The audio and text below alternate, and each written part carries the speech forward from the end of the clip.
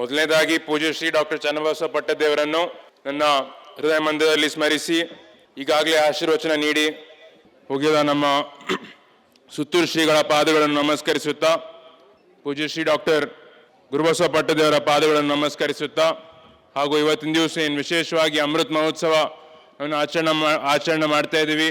ನಾಡೋಜ Shri doctor Basavalinga ಪಟ್ಟದೇವರ ಪಾದಗಳನ್ನು ನಮಸ್ಕರಿಸುತ್ತಾ ಇಲ್ಲಿ ಉಪಸ್ಥಿತರು ಎಲ್ಲ ನಮ್ಮ ತಾಯಂದಿರಿಗೂ ಎಲ್ಲ ಹಿರಿಯರಿಗೂ ವಿದ್ಯಾರ್ಥಿನಿಯರಿಗೆ ಎಲ್ಲರಿಗೂ ನನ್ನ ವತಿಯಿಂದ ಶರಣಾರ್ಥಿಗಳು.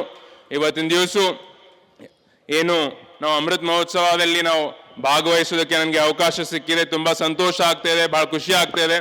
ಯಾಕಂತಂದರೆ ಈಗಾಗಲೇ ಹೇಳಿದಂಗೆ ನಮ್ಮ ಕ್ಷೇತ್ರದಲ್ಲಿ ಒಂದು ಶಿಕ್ಷಣ ಕೊಟ್ಟಿರುವ ಗುರುಗಳು ಅಂತಂದರೆ ಪೂಜ್ಯ ಶ್ರೀ ಡಾಕ್ಟರ್ ಚನ್ನಬಸವ ಪಟ್ಟದೇವರು ಹಾಗೂ ಬಸವಲಿಂಗ ಪಟ್ಟದೇವರು ಅಂತ ನಾವು ಹೇಳ್ಬೋದು.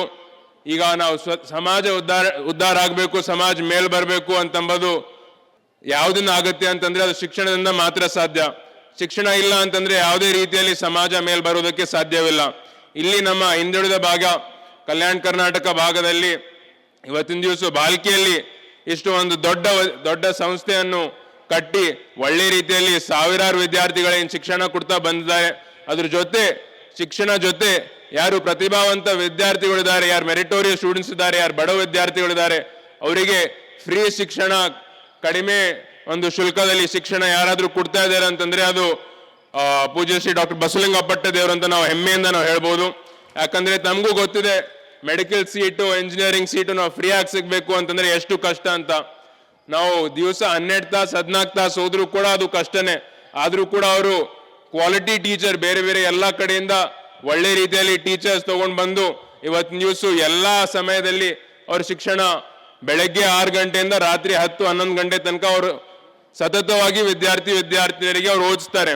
ಕರೋನಾ ಸಂದರ್ಭದಲ್ಲೂ ಕೂಡ ನೀವು ನೋಡ್ಬೋದು ಎಷ್ಟೋ ಕಡೆ ಶಿಕ್ಷಣ ಸಂಸ್ಥೆಗಳಿಗೆ ಆ ಸಮಯದಲ್ಲೂ ಕೂಡ ಶಿಕ್ಷಣ ಕೊಡಕ್ ಆಗ್ಲಿಲ್ಲ, ಎಷ್ಟೋ ಜನರಿಗೆ ಸ್ಯಾಲ್ರಿ ಕೊಡಕ್ಕೂ ಆಗ್ಲಿಲ್ಲ. ಆದ್ರೂ ಕೂಡ ಆ ಸಮಯದಲ್ಲೂ ಕೂಡ ಗುರುಕುಲದಲ್ಲಿ ಅವರು ವಿದ್ಯಾರ್ಥಿನಿಯರಿಗೆ ಶಿಕ್ಷಣ ಕೊಟ್ಟು ಆ ಇಯರ್ ಕೂಡ ಆ ವರ್ಷದಲ್ಲೂ ಕೂಡ ರ್ಯಾಂಕ್ ತಗೊಂಡು ಬಂದು ವಿದ್ಯಾರ್ಥಿಗಳಿಗೆ ಫ್ರೀ ಮೆಡಿಕಲ್ ಸೀಟ್ ಅವರು ತಗೊಂಡು ಕೊಟ್ರು. ಈಗ ಶಿಕ್ಷಣ ಜೊತೆ ಎಲ್ಲಕ್ಕಿಂತ ಮುಖ್ಯವಾದದ್ದು ಈಗಾಗಲೇ ಗುರುಗಳು ಹೇಳಿದ್ರು ಏನು ನಾವು ಸಂಸ್ಕಾರ ಕೊಡ್ತೀವಿ ಅಂತಂಬೋದು. ಈಗ ನಾನು ಕೂಡ ಎಷ್ಟೋ ಕಾರ್ಯಕ್ರಮದಲ್ಲಿ ಗುರುಕುಲದಲ್ಲಿ ನಾನು ಭಾಗಿಯಾಗ್ತೀನಿ, ವಿದ್ಯಾರ್ಥಿನಿ ಜೊತೆ ನಾನು ಸಂವಾದ ಮಾಡ್ತೀನಿ. ಆವಾಗ ಒಂದು ಚಿಕ್ಕ ಉದಾಹರಣೆ ಏನು ಅಂತಂದ್ರೆ ನಾವು ಶರಣಾರ್ಥಿ ಅಂತಂದಿದ ತಕ್ಷಣ ಎಲ್ಲ ವಿದ್ಯಾರ್ಥಿನಿಯರು ಕೈ ಮುಗಿದು ತಲೆ ಬಾಗಿ ಒಂದೇ ಟೋನಲ್ಲಿ ಶರಣಾರ್ಥಿ ಅಂತ ವಾಪಸ್ ಹೇಳ್ತಾರೆ. ಇದು ಇಂಥ ಡಿಸಿಪ್ಲಿನ್ ಇಂಥದ್ದು ನೋಡೋದು ಬಹಳ ಕಷ್ಟ. ನಾನು ಕೂಡ ಸಾಕಷ್ಟು ಶಾಲಾ ಕಾಲೇಜುಗಳು ಎಲ್ಲ ಕಡೆ ಹೋಗಿದ್ದೀನಿ, ಆದ್ರೆ ಈ ರೀತಿ ಡಿಸಿಪ್ಲಿನ್ ಏನು ಸಂಸ್ಕಾರ ಕೊಡೋದು ಎಲ್ಲೂ ಕೂಡ ಎಲ್ಲ ಕಡೆ ಸಿಗೋದು ಬಹಳ ಕಷ್ಟ. ಅದಕ್ಕೆ ಏನು ಬಾಲ್ಕಿ ಮಠದಲ್ಲಿ ಏನು ಒಳ್ಳೆ ರೀತಿಯಲ್ಲಿ ಸಂಸ್ಕಾರ ಅದ್ರ ಜೊತೆ ಶಿಕ್ಷಣ ಅವರು ಕೊಡ್ತಾ ಬಂದಿದ್ದಾರೆ, ಅದು ನಮ್ಮ ಒಂದು ಭಾಗ್ಯ ಅಂತ ನಾವು ಅನ್ಕೋಬಹುದು. ಯಾಕಂದ್ರೆ ಇಲ್ಲಿ ಬರೀ ಬಾಲ್ಕಿ ಅಷ್ಟೇ ಅಲ್ಲ, ಇಡೀ ನಮ್ಮ ಕರ್ನಾಟಕ ರಾಜ್ಯದಲ್ಲಿ ಎಲ್ಲಾ ಕಡೆಯಿಂದ ವಿದ್ಯಾರ್ಥಿನಿಯರು ಬಂದು ಅವರು ಶಿಕ್ಷಣ ತಗೊಳ್ತಾ ಇದ್ದಾರೆ. ಇವಾಗ ನೀವು ನೋಡ್ಬೋದು ಇಡೀ ನಮ್ಮ ಭಾರತ ದೇಶದಲ್ಲಿ ಎಲ್ಲಕ್ಕಿಂತ ಒಂದು ಪ್ರಾಸ್ಪರಸ್ ಸ್ಟೇಟು, ಒಳ್ಳೆ ರೀತಿಯಲ್ಲಿ ಎಲ್ಲ ಇಂಡಿಕೇಟರ್ಸ್. ಈಗ ನಾನು ಕೂಡ ಸಂಸತ್ನಲ್ಲಿ ಬೇರೆ ಬೇರೆ ರೀತಿಯಲ್ಲಿ ಪಾರ್ಲಿಮೆಂಟ್ ಕಮಿಟಿಯಲ್ಲಿ ಇದ್ದೀನಿ. ಈ ಎಲ್ಲ ಕಮಿಟಿಯಲ್ಲಿ ಎಲ್ಲಕ್ಕಿಂತ ಪ್ರಾಸ್ಪರಸ್ ಸ್ಟೇಟ್ ಯಾವ್ದಾದ್ರು ಇತ್ತು ಅಂತಂದ್ರೆ ಕರ್ನಾಟಕ ಯಾವಾಗ್ಲೂ ಟಾಪ್ 1, ಟಾಪ್ 2, ಟಾಪ್ 3, ಟಾಪ್ 5 ಇರುತ್ತೆ. ಯಾಕಿರುತ್ತೆ ಅಂತಂಬುದು ನಾವೆಲ್ಲ ವಿಚಾರ ಮಾಡಬೇಕು. ಯಾಕೆ ಅಂತಂದ್ರೆ ನಮ್ಮ ರಾಜ್ಯದಲ್ಲಿ ಒಳ್ಳೆ ರೀತಿಯಲ್ಲಿ ಶಿಕ್ಷಣ ಸಿಗತ್ತೆ. ಈ ಶಿಕ್ಷಣ ಯಾರು ಕೊಡ್ತಾ ಇದಾರೆ ಅಂತಂದ್ರೆ ಎಲ್ಲಾ ಮಠಾಧೀಶರು, ನಮ್ಮ ರಾಜ್ಯದಲ್ಲಿರೋ ಎಲ್ಲಾ ಮಠಗಳು ಎಲ್ಲಕ್ಕಿಂತ ಒಳ್ಳೆ ರೀತಿಯಲ್ಲಿ ಶಿಕ್ಷಣ ಕೊಟ್ಟಿನ ಸಲಕ್ಕಿಂತ ಇವತ್ತಿನ ದಿವಸ ನಾವು ಟಾಪ್ ಅಲ್ಲಿ ಇದೀವಿ. ಈಗಲೂ ಕೂಡ ಎಷ್ಟು ನಾವು ಅಧಿಕಾರಿಗಳು IAS, IPS ಬೇರೆ ಬೇರೆ ರೀತಿಯಲ್ಲಿ ಅಲುಮ್ನಾಗ ನಾವು ನೋಡ್ತೀವಿ.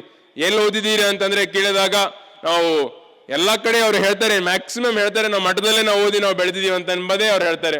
ಎಲ್ಲ ನಮ್ಮ ರಾಜ್ಯದಲ್ಲಿ ಮಠಾಧೀಶರು, ಎಲ್ಲ ಮಠಗಳು, ನಮ್ಮ ಗುರುಗಳು, ಸ್ವಾಮಿಗಳು ಎಲ್ಲ ಒಳ್ಳೆ ರೀತಿಯಲ್ಲ ಶಿಕ್ಷಣ ಕೊಟ್ಟಿ ಸಲಕ್ಕಿಂದ ಇವತ್ತಿನ ದಿವಸ ನಾವು ಕರ್ನಾಟಕ ಇಡೀ ಭಾರತ ದೇಶದಲ್ಲೇ ನಂಬರ್ 1 ಇದೆ ಅಂತ ನಾವು ಹೆಮ್ಮೆಯಿಂದ ನಾವು ಹೇಳ್ಬೋದು.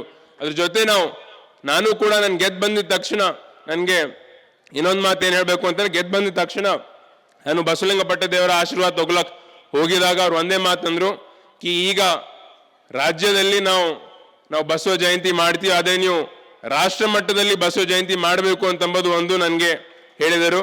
ಅದನ್ನು ಕೂಡ ನಾವು ಪ್ರಯತ್ನ ಮಾಡ್ತಾ ಇದೀವಿ. ಅದು ಪ್ರಯತ್ನ ತಕ್ಕಂತೆ ಈ ಸಲ ಏನು ಬಸವ ಜಯಂತಿ ಆಯ್ತು, ಮೊದಲನೇ ಸಲ ಫಸ್ಟ್ ಟೈಮ್ ನಮ್ಮ ಸಂಸತ್ನಲ್ಲಿ ನಮ್ಮ ಪಾರ್ಲಿಮೆಂಟ್ ಏನು ಹೌಸ್ ಇದೆ ಪಾರ್ಲಿಮೆಂಟ್ ಅಲ್ಲೇ ಫಸ್ಟ್ ಟೈಮು ನಾವೆಲ್ಲ MPs ನಾವು ಲೆಟರ್ ಬರೆದಿತ್ತು. ನಮ್ಮ ಸಚಿವರಾದ ಸೋಮಣ್ಣ ಸರ್ ಅವ್ರ ನೇತೃತ್ವವನ್ನು ವಹಿಸಿ ಇವತ್ತಿನ ದಿವಸ ನಾವು ಬಸವ ಜಯಂತಿ ಕೂಡ ನಾವು ಸಂಸತ್ನಲ್ಲಿ ಫಸ್ಟ್ ಟೈಮ್ ನಾವು ಮಾಡಿದ್ದೀವಿ.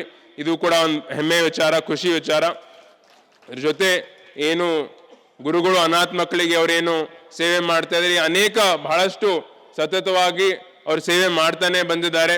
ಇವಾಗ ನಾವೆಲ್ಲ ವಿಚಾರ ಮಾಡಬೇಕು, ಈಗ ನಾನಿರ್ಬೋದು, ನೀವು ಇರ್ಬೋದು, ನಾವು ಏನೇ ನಾವು ಕೆಲಸ ಮಾಡ್ತೀವಿ, ನಮ್ಮ ಏನಾದರೂ ವೈಯಕ್ತಿಕ ನಮಗೆ ಸಿಗತ್ತೆ ಅಥವಾ ನಮ್ಗಿಲ್ಲ ಅಂತಂದ್ರೆ ನಮ್ಮ ಪರಿವಾರ, ನಮ್ಮ ಕುಟುಂಬದವರಿಗೆ, ಮೊಮ್ಮಕ್ಕಳಿಗೆ ಸಿಗ್ಬೋದು ಅಂತ ನಾವು ಕೆಲಸ ಮಾಡ್ತೀವಿ. ಆದರೆ ಗುರುಗಳು ಯಾರ ಸಲಕ್ಕಿನ ಕೆಲಸ ಮಾಡ್ತಾರೆ, ಅವ್ರ ಸಮಾಜ ಸಲಕ್ಕಿನ ಕೆಲಸ ಮಾಡ್ತಾರೆ. ಎಲ್ಲ ಬಿಟ್ಟು ಅವ್ರ ಸಮಾಜ ಉದ್ಧಾರ ಆಗಬೇಕು, ಒಳ್ಳೆ ರೀತಿಯಲ್ಲಿ ಎಲ್ಲರೂ ಬೆಳಿಬೇಕಂತ ಸಲಕ್ಕಿಂದ ಅವ್ರು ಕೆಲಸ ಮಾಡ್ತಾ ಇದ್ದಾರೆ. ಅದಕ್ಕೆ ಪೂಜ್ಯ ಶ್ರೀ ಡಾಕ್ಟರ್ ಬಸವಲಿಂಗ ಪಟ್ಟದೇವರಿಗೆ ನಾನು ನನ್ನ ಕೋಟಿ ಧನ್ಯವಾದಗಳನ್ನು ನಾನು ಸಲ್ಲಿಸಿ, ಅದ್ರ ಜೊತೆ ಪೂಜ್ಯ ಶ್ರೀ ಡಾಕ್ಟರ್ ಗುರುಬಸವ ಪಟ್ಟದೇವರು ಕೇಳೋರು ನೀವು ಒಂದು ಎರಡು ಮಾತಾಡ್ತೀನಿ ಅಂತ ಕೇಳೋರು.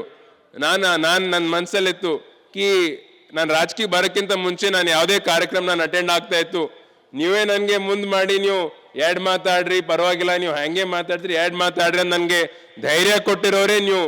ಅದಕ್ಕೆ ಎಂಥ ಸಂದರ್ಭದಲ್ಲಿ ನಾನು ಮಾತಾಡಿಲ್ಲ ಅಂತಂದ್ರೆ ಹೆಂಗಾಗತ್ತೆ ಅಂತ ನಾನು ನಿಮಗೆ ಸಮಯ ಆಗಿರ್ಬೇಕು, ಯಾಕಂದ್ರೆ ತುಂಬಾ ಸಮಯ ಆಗಿದೆ. ಅದಕ್ಕೆ ನಾನು ಜಾಸ್ತಿ ಸಮಯ ನಾನು ತಗೊಳಕ್ ಹೋಗೋದಿಲ್ಲ. ಯಾಕಂತಂದ್ರೆ ಇವತ್ತಿನ ದಿವಸ ನಾವು ಬೆಳೀತಾ ಇದ್ದೀವಿ, ಎಲ್ಲ ಒಳ್ಳೆ ರೀತಿಯಲ್ಲಿ ಆಗ್ತಾ ಇದೆ, ಎಲ್ಲ ಗುರುಗಳ ಒಂದು ಆಶೀರ್ವಾದದಿಂದ ಆಗ್ತಾ ಇದೆ ಅಂತ ನಾನು ಹೇಳಿ ಮತ್ತೊಂದ್ಸಲ ತಮ್ಗೆಲ್ಲರಿಗೂ ನನ್ನ ವತಿಯಿಂದ ನಾನು ಧನ್ಯವಾದಗಳನ್ನು ಸಲ್ಲಿಸಿ ನನ್ನ ಎರಡು ಮಾತಿಗೆ ನಾನು ವಿರಾಮ ಕೊಡ್ತೀನಿ.